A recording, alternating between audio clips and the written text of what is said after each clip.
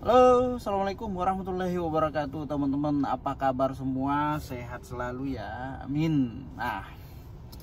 Semoga sahabat Islam Lau selalu dalam kondisi sehat walafiat, amin. Segmen kali ini saya mau bahas mengenai syarat sah perjanjian. Pada saat teman-teman, bapak ibu semua mau melakukan suatu hubungan hukum, perikatan, perjanjian, misalkan ya, perjanjian jual beli, perjanjian sewa menyewa, entah itu minjam ya, maka terlebih dahulu dibuatkan kesepakatan, dibuatkan perjanjian, teman-teman ya. Jadi perjanjian itu diatur di dalam pasal 1320 KUH Perdata atau KUH Per ya.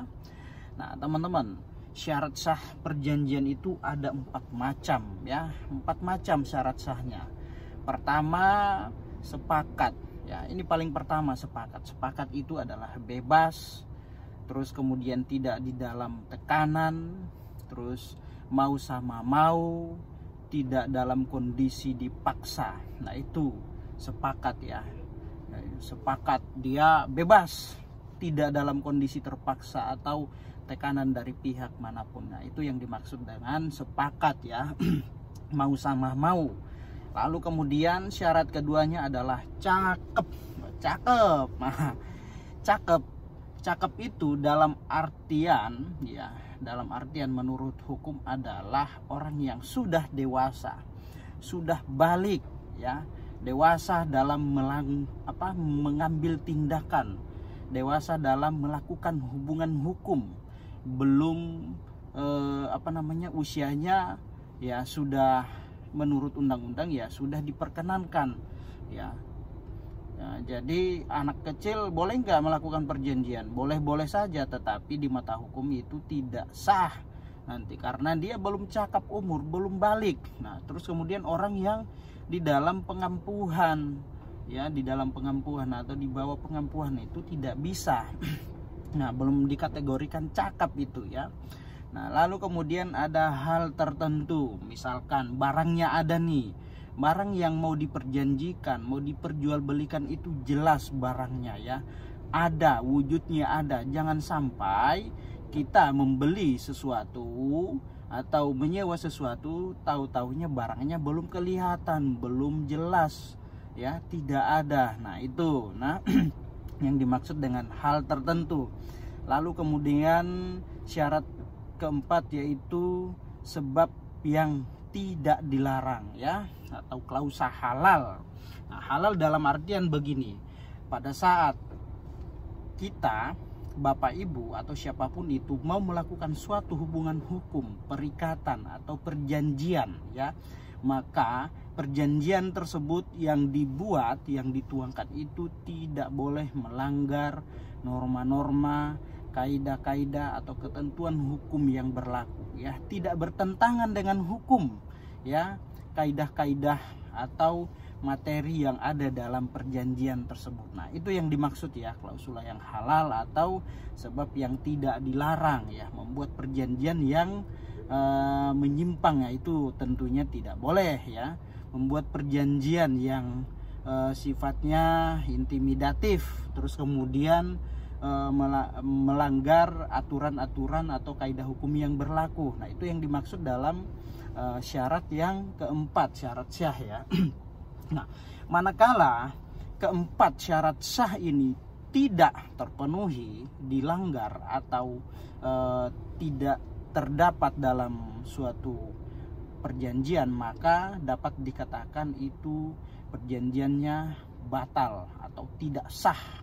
Nah, itu ya teman-teman, perjanjian tidak sah. Namun untuk menguji perjanjian tersebut sah atau tidaknya, batal atau tidaknya, itu tetap harus melalui pengadilan nantinya ya. Karena kita tidak bisa mengatakan itu sah atau tidak, tetap harus diuji melalui mekanisme peradilan ya, harus dilakukan uji di pengadilan ya, sah atau tidaknya perjanjian tersebut. Memang di dalam aturan, di dalam Undang-Undang 1320 KUH Per memang menyatakan apabila syarat sah perjanjian itu tidak terpenuhi, maka perjanjian tersebut batal atau tidak sah. Namun yang menyatakan tidak sah atau batalnya suatu perjanjian ya bukan para pihak ya. Karena takutnya pihak yang satu mengakui lantas kemudian pihak yang satu juga mengakui atau tidak mengakui. Ya misalkan pihak pertama mengakui perjanjian tersebut adalah sah karena sudah sesuai dengan ketentuan pasal 1320 menurut syarat sah. Nah, lalu pihak kedua mengatakan ini tidak sah karena ada salah satu klausul atau salah satu syarat yang tidak terpenuhi, maka masing-masing atau kedua-duanya bertentangan. Ada yang mengatakan sah, ada yang mengatakan tidak. Maka untuk menguji atau memastikan bahwasanya perjanjian tersebut sah atau tidak, batal atau tidak, ya tetap harus melalui proses ke pengadilan, teman-teman ya. Jadi kita tidak serta-merta langsung mengatakan oh, itu tidak sah. Padahal perjanjian tersebut ya sudah ditandatangani, ada para pihak, ada saksinya di dalam, kan gitu. Nah, kemudian tiba-tiba salah satu pihak mengatakan wah ternyata perjanjian ini tidak sah. Ya tidak bisa gitu juga. Yang menyatakan sah atau tidaknya suatu perjanjian itu adalah pengadilan nantinya, hakim. Biar hakim yang menilai, mempertimbangkan. Nah, silahkan disampaikan. Kalau dalam hukum perdata itu ya kita mendalilkan suatu gugatan, ya suatu permohonan bahwasanya itu tidak sah, maka kita harus membuktikan ya bagaimana cara tidak sahnya, apa yang membuat perjanjian itu tidak sah, ya kita harus buktikan ya. Siapa yang mendalilkan dialah yang membuktikan. Nah itu ya. Nah lalu kemudian meskipun perjanjian itu di bawah tangan ya, ingat ya, perjanjian di bawah tangan itu tetap sah ya, itu tetap sah meskipun tidak di hadapan pejabat ya, hanya para pihak-pihak saja. Dan apapun kalimatnya, bahasanya, bentuk perjanjiannya, yang penting di situ sudah memenuhi syarat sah, itu tetap sah. Dan itu harus diakui. Sebuah perjanjian itu harus diakui kalau itu adalah perjanjian atau perikatan.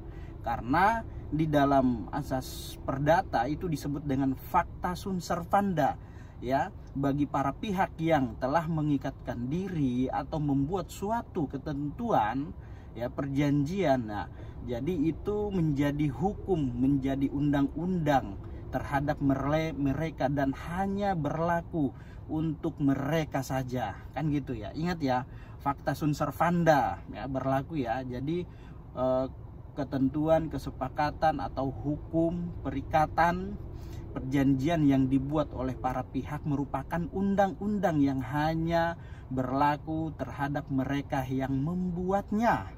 Oke teman-teman, semoga apa yang saya sampaikan bermanfaat untuk kita semua. Demikian, assalamualaikum warahmatullahi wabarakatuh. Salam keadilan.